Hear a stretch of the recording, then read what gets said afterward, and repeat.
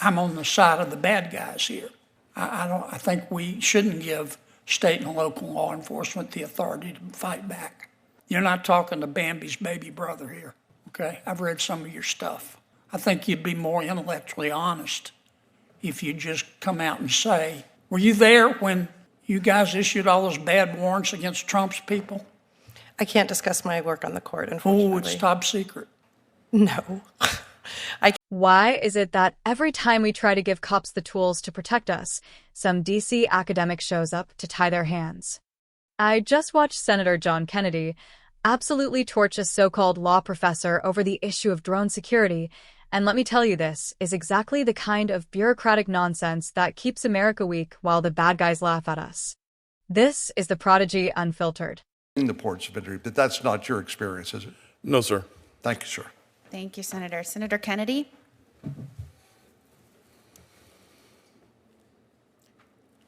The bad guys are using drones. Does anybody disagree with that? Okay. And the federal government has the authority to fight back, does it not? But state, nobody disagrees with that statement? Sure, Professor. I would say within limits, yes. Within constitutional limits. Okay. Do any of you disagree with giving state and local law enforcement the authority to fight back? Again, within constitutional limits. Okay.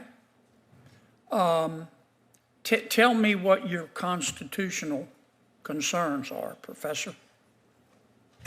So I have three primary concerns. The first has to do with the Fourth Amendment and the conditions under which a warrant is required and a general warrant is forbidden by the Fourth Amendment. So in this particular case, it's important. Professor, before you give me one of your lectures, are you saying that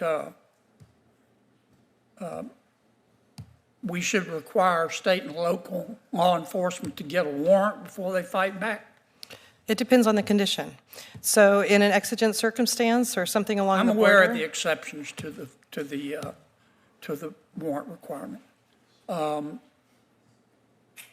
you, generally speaking, you want to require them to get a warrant. only for the search of a device or the seizure of property. There are also due process implications of that. Mm-hmm. Okay. You started to mention another one of your objections. First Amendment.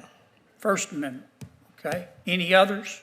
Yeah, I also have a state rights, a 10th Amendment concern here, which is that states own the airspace adjacent to the land within their state that's not federally owned, and the current federal provisions don't recognize state sovereignty in that way. So you want to give state and local law enforcement the authority to fight back, but you want to list a whole lot of conditions. Is that a fair assessment?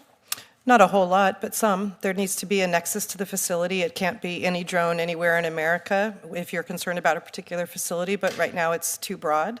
There have to be acknowledgments of First Amendment concerns. So for instance, limiting the covered facilities to the experience and logic test with which the courts use for right of public access, or prohibiting media bans across the board, or setting a time limit before and after special events so they don't extend extensively. This is what a number of state measures already do, and I'd like to see that at a federal level and apply to bring this within the constitutional limits. Sounds like a lot of conditions to me. No, not very many. As long as there's probable cause and the conditions are met, then absolutely you can. Have you ever heard of a legislative practice called loving a bill to death? Yes. Okay. And that's when you take a bill and somebody says, I'm really for this bill. But then they add so many amendments and they screw it up so badly that the bill either becomes ineffective or doesn't pass. Is that a pretty accurate description? Of the term? Yeah. Yes. You're trying to love this to death, aren't you? I disagree. You're not really for giving law enforcement the power to fight back, are you? I am. in favor of giving law enforcement that power and respecting constitutional limits. I don't believe you, Professor. Okay? You're not talking to Bambi's baby brother here. Okay? I've read some of your stuff. I think you'd be more intellectually honest if you just come out and say, I'm on the side of the bad guys here. I think we shouldn't give state and local law enforcement the authority to fight back. You're trying to make it as hard as possible, aren't you? We'll have to disagree on that point, Senator. Nah. You ever heard the expression, watch what they do, not what they say? I've watched what you've done. I know what you believe. Well, you're on the FISA court? I'm not on the court. No, I'm an amicus for the Foreign Intelligence Surveillance Court and the Court of Review. Okay. Were you there when you guys issued all those bad warrants against Trump's people? I can't discuss my work on the court, Oh, unfortunately. it's top secret, right? You'd have to put me on the American people on double secret probation if you told them the truth, wouldn't you? No. I can't discuss my matters that I've handled before the court. I can discuss the public ones where I've dealt with First Amendment concerns and the right to petition.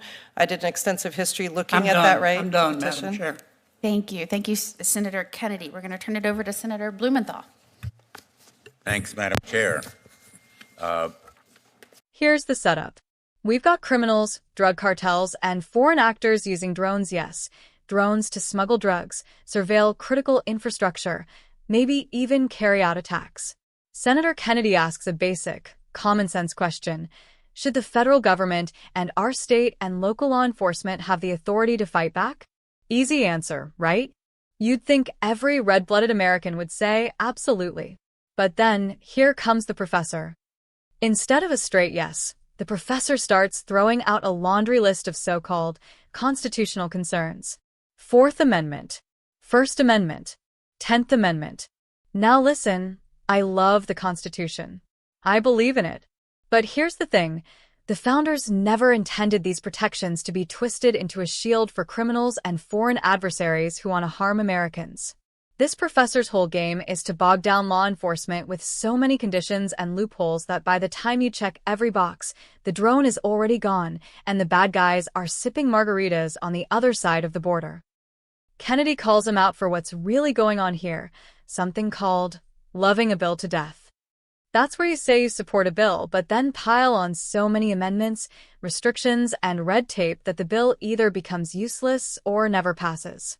Folks, that's DC Sabotage 101. And Kennedy, being the straight shooter he is, doesn't let the professor hide behind academic mumbo-jumbo. Kennedy looks him right in the eye and basically says, I don't believe you. You're not here to give law enforcement power. You're here to make it as hard as possible. And you know what? He's right. Because when you start talking about only allowing drone countermeasures under a certain list of conditions for certain facilities, with special timelines and not during certain events, guess what? You're creating safe zones for criminals. You're telling the cartels and foreign adversaries, hey, just operate outside these parameters and you're good to go. Then Kennedy drops the hammer. He brings up the professor's role as an amicus for the Foreign Intelligence Surveillance Court. You know, the same FISA court that issued those shady warrants against Trump's people during the Russia hoax. Kennedy asks him straight up if he was involved in those bad warrants. And of course, the professor hides behind, I can't discuss that, it's top secret. Yeah, okay. Convenient. If you or I were part of a scam against the sitting president of the United States, we wouldn't be sitting in a Senate hearing. We'd be in front of a judge. Here's what's really going on. The left and their allies in academia and the bureaucracy don't want strong, decisive action to protect our borders and our skies. They want endless legal debates, paperwork, and consultations so nothing ever gets done. Because a weak America is easier for them to control. Strong local law enforcement, empowered states, and a decisive federal response? That terrifies them. And the irony? These are the same people who had no problem with massive government overreach when it came to spying on Trump, masking kids, or shutting down churches. But when it comes to stopping drug cartels with drones, suddenly they're constitutional purists. Patriots, we've got to start demanding more from Congress. I'm talking about clear laws that empower law enforcement without 200 pages of legal tripwires. If a drone is being used by criminals, it should be shot down, disabled, or seized on the spot. No warrants, no red tape. Number 72-hour legal review. Criminals don't wait for court approval before breaking the law. Why should our cops wait for court approval to stop them? Senator Kennedy gets it. He knows that behind the polite academic talk, there's an agenda, and it's not in America's favor. This exchange should be a wake-up call for every American who cares about sovereignty, security, and the rule of law. We can't let our enemies fly over our heads while our leaders argue about how many lawyers it takes to approve pulling the trigger.